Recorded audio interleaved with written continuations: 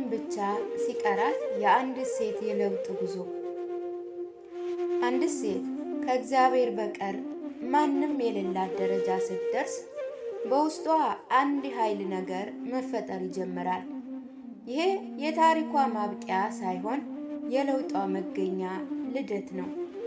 ዛሬ የምናወራው ሕይወት ሁሉንም የድጋፍ ስርዓቶች፣ የምታውቋቸውን ድምጾችና መቼም አይለዩንም ብለው ያሰባችኋቸው ትከሻዎች ሁሉ ስትነጠቅ አንድ ሴት ስለምትገባበት ስለዚያ ቅዱስ ድብቅና ብዙ ጊዜ አሳማሚ ስለሆነው ጉዞ ነው። ጓደኞች ሲጠፉ፣ ግንኙነቶች ሲፈርሱ፣ ጫጫታው ሲጠፋና የቀረው ብቸኛ ድምፅ የእግዚአብሔር ስስ ዝምታ ሲሆን፣ አሁን እያለፍሽበት ያለ ነገር በአጋጣሚ የመጣ ወይም ቅጣት አይደለም። እርሱ ዝግጁነት ነው። አብረሽ ይቆይ። ምክንያቱም ይህ መልእክት ማበረታቻ ብቻ ሳይሆን ማረጋገጫም ጭምር ነው። ያንቺ መገለል ወይም ብቸኝነት ባዶ አይደለም። ዝምታሽ አልባከንም። ብቸኝነትሽም እግዚአብሔር ዘላለማዊ የሆነ ነገር እየተከለበት ያለ አፈር ነው እንጂ። አንደኛ፣ ሰዎች ሲወጡ እግዚአብሔር ይገባል። በአንዲት ሴት ሕይወት ውስጥ እግዚአብሔር ሌሎች ሰዎች ሁሉ ወደ ኋላ እንዲገሸሹ የሚያደርግባቸው ወቅቶች አሉ። ይህን የሚያደርገው ሊጎዳን ሳይሆን በራሱ ቦታ ለማዘጋጀት ነው።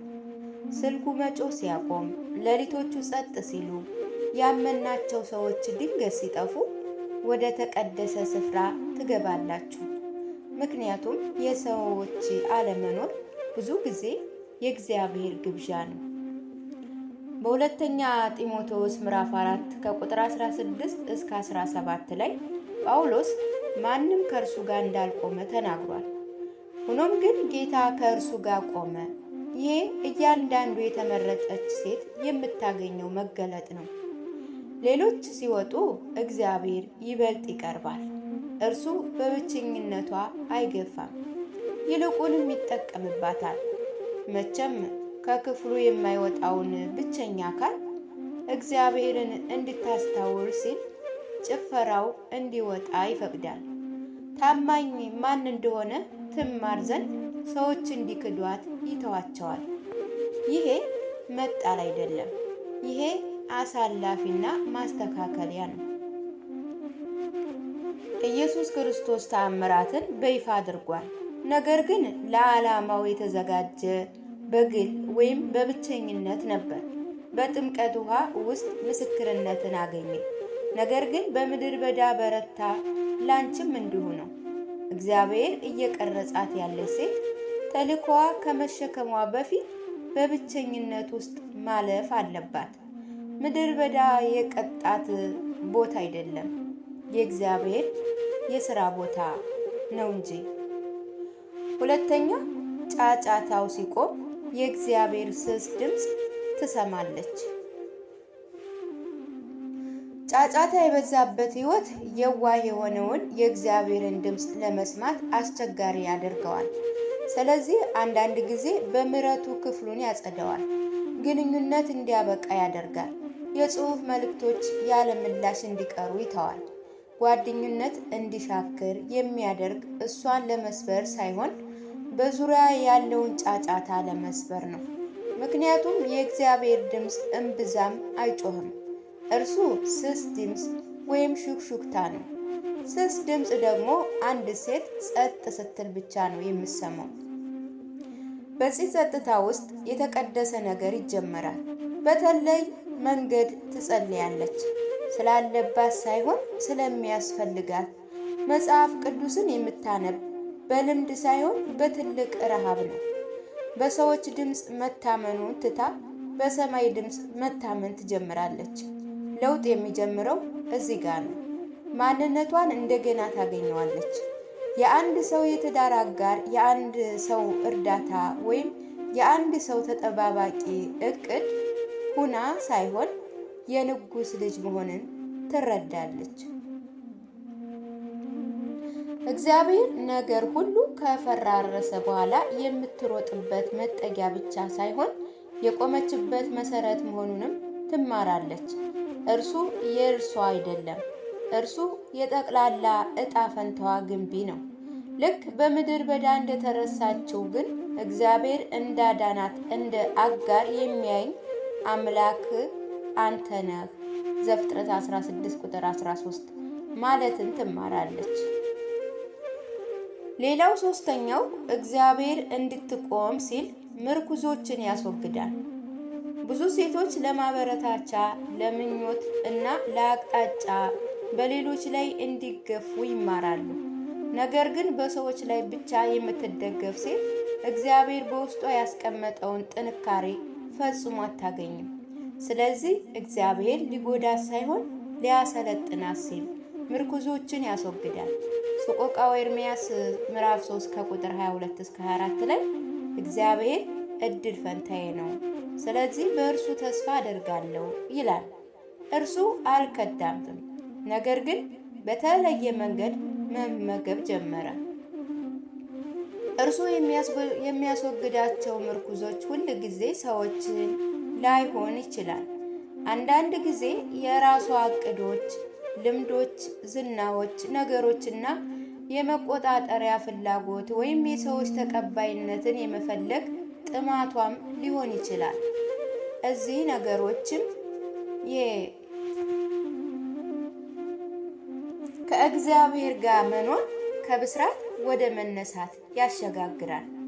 ነገሮች ሲበታተኑ እንደ ጥፋት ይሰማል፣ ግን በእውነቱ እርሱ ነፃነት ነው። ምክንያቱም አንድ ሴት ያስፈልገኛል ብላ ያሰበችውን ነገር በመጨረሻ ስታጣ በእውነት የሚያስፈልጋት ብቸኛ አካል ታገኛለች። እግዚአብሔር ሕይወትሽን እየሰበረ አይደለም፣ እርሱ ካለሽበት እስር ቤት እየሰበረ እያወጣሽ ነው። አራተኛው ሕመም ጥላትሽ ሳይሆን አስተማሪሽ ይሆናል። ሕመም በእግዚአብሔር እጅ ካሉ ስለታማ መሳሪያዎች አንዱ ነው። አንድ ሴት ከእግዚአብሔር በቀር ማንም የሌላት ደረጃ ላይ ስትደርስ የሚሰማት ሕመም እግዚአብሔር ለዓላማ ወይም ለተልእኮ የሚያዘጋጅበት የመጀመሪያ ክፍል ይሆናል። ሕመም ሁል ጊዜ ቅጣት አይደለም፣ ብዙ ጊዜ ማጠንከሪያ ነው። በአንደኛ ሳሙኤል ምዕራፍ 1 ላይ ያለችውን ሐናን ተመልከቱ። የተናቀች፣ የተሳለቁባት፣ የተበሳጨች፣ ባዶዋን የቀረችና የተሰበረች ነበረች። ነገር ግን እንባዋ እግዚአብሔርን አላረቀውም፣ ይልቁንም ወደ እርሱ ሳበው። ሕመሟ ወደ ጥልቅ ጸሎት ገፋፋት። መከራዋ ተአምሯ የተጸነሰበት መሰዊያ ሆነ። ሕመም ዓላማን ይወልዳል። ያዕቆብ 1 ከቁጥር 2 እስከ 4 ላይ የእምነታችሁ መፈተን ትዕግስትን እንዲያደርግላችሁ አውቃችሁ ልዩ ልዩ ፈተና ሲደርስባችሁ እንደ ሙሉ ደስታ ቁጠሩት ይለናል። መሰባበር ጥሪን ይወልዳል። የዛሬ መጨፍለቅ የነገ ቅባት ይሆናል። አንዳንድ ሴቶች ልባቸው እስኪሰበር ድረስ የተወሰኑ ጸሎቶችን ጸልየው አያውቁም። ሁሉም ነገር እስኪፈረድ ድረስ እግዚአብሔር በጥልቀት ፈልገውት አያውቁም። ሕመም እስኪገፋቸው ድረስ ወደ ዕጣ ፈንታቸው አይገቡም። ሕመም ጥላት አይደለም። ሕመም ወደ ሰማይ ደጅ የሚያደርስ አጃቢ ነው። አምስተኛ ከእግዚአብሔር ጋር ብቻ ስትሆን ማንነትሽን ዳግም ታገኛለሽ። የሰዎች አስተያየት ሲቆሙ፣ የሚጠብቁሽ ነገሮች ሲጠፉ፣ ማንነትሽ ሲቀረጽ የነበሩ ድምጾች ጸጥ ሲሉ እግዚአብሔር እውነተኛ ማንነትሽን መግለጥ ይጀምራል። ምክንያቱም ማንነት ብዙ ጊዜ በጫጫታ ውስጥ ይደበቃል። አጋርን ተመልከቱ። ወደ ምድር በዳ የሄደችው የተጣለች ማንም ያላያትና የተጣለች ሆና ነበር። ነገር ግን ስትመለስ በእግዚአብሔር የተመረጠች የታየችና ስም የተሰጣት ሆና ወጣች። አንድ ሴት ከእግዚአብሔር ጋር ብቻዋን ስትቀር የሰዎች የማረጋገጫ መስታወት ይሰብራታል። እግዚአብሔር የእሷ ነጸብራቅ ይሆናል። ራሷን በእርሱ ዓይን ማየት ትጀምራለች። የተጣለች ሳትሆን የተመረጠች፣ የተሰበረች ሳትሆን እየተሰራች ያለች፣ የማይመጥናት ሳትሆን ለታላቅ ነገር የተፈጠረች መሆኗን ትረዳለች። በዝምታ ውስጥ ማንበብ ትጀምራለች። በዲቦራ ውስጥ ያለውን ተዋጊነት፣ በሩት ውስጥ ያለውን ታማኝነት፣ በአስቴር ውስጥ ያለውን ድፍረት፣ በማርያም ውስጥ ያለውን እጅ መስጠት ማስተዋል ትጀምራለች። በሁሉም ውስጥ የራሷ ምልክቶች ታያለች። ብቸኝነቷ የመማሪያ ክፍሏ፣ ብቸኝነቷ መቅደሷ፣ ዝምታዋ ማደጊያ አፈሯ ይሆናል። ሌላው ስድስተኛው መገለል እምነቷን የማይናወጥ እስኪሆን ድረስ ያጠነክራታል። በብቸኝነት ውስጥ ብቻ ሊገነባ የሚችል የእምነት አይነት አሉ። የቤተ ክርስቲያን እምነት፣ የእሁድ እምነት ወይም የምቾት እምነት ሳይሆን በእሳት የተፈተነ በማዕበል የተረጋገጠና በምድር በዳ ስር የሰደደ እምነት። ነቢዩ ዕንባቆም እንዳለው በለስም ባታፈራ እኔ ግን በእግዚአብሔር ደስ ይለኛል። ዕንባቆም 3 ከቁጥር 17 እስከ 18። ይህ ሁሉ ነገር ያላት ሴት እምነት አይደለም። ይህ ሁሉም ነገር አታ ግን ምስጋናዋ ወይም ዝማሬዋን ለማጣት እምቢ ያለች ሴት እምነት ነው። እንዲህ አይነት ሴት ለጥላት አደገኛ ናት። ምክንያቱም ምንም ነገር ሊያናውጣት አይችልም። ሰዎች ጥለዋት መሄድ ከዛ በፊት አይተዋለች። ማዕበል መነሳት፣ ከዚያም የከፋውን ትርፋለች። ሰማይ ዝም ማለቱ ዝምታ ማለት መታመን እንደሆነ ታውቃለች። እምነቷ በውስጧ ላይ የተመሰረተ ሳይሆን በእግዚአብሔር ላይ ያረፈ ነው። ሰባተኛ ብቸኝነትሽ መዘግየት ሳይሆን የመወለጃ ክፍል ነው። ታላቅ ዓላማ የሚገነባው በጸጥታ ስፍራዎች ነው። ጥሪ የሚጸንሰው በምስጢር ነው።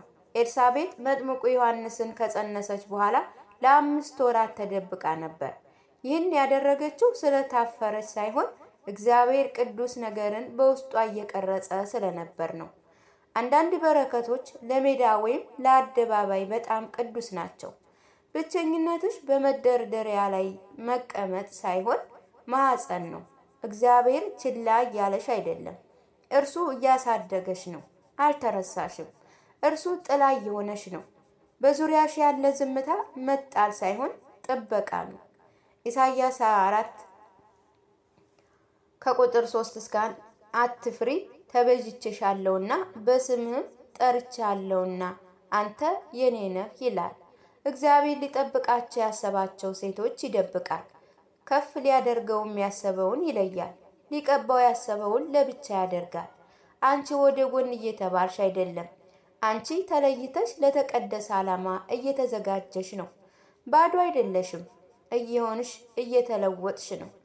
ብቻሽን ከተሰማሽ፣ ብቸኝነት ከተሰማሽ፣ በምስጢር ካለቀሽ፣ እግዚአብሔር አሁንም ያየኛል ወይ ብለሽ ካሰብሽ ይሄ መልእክት ላንቺ ነው።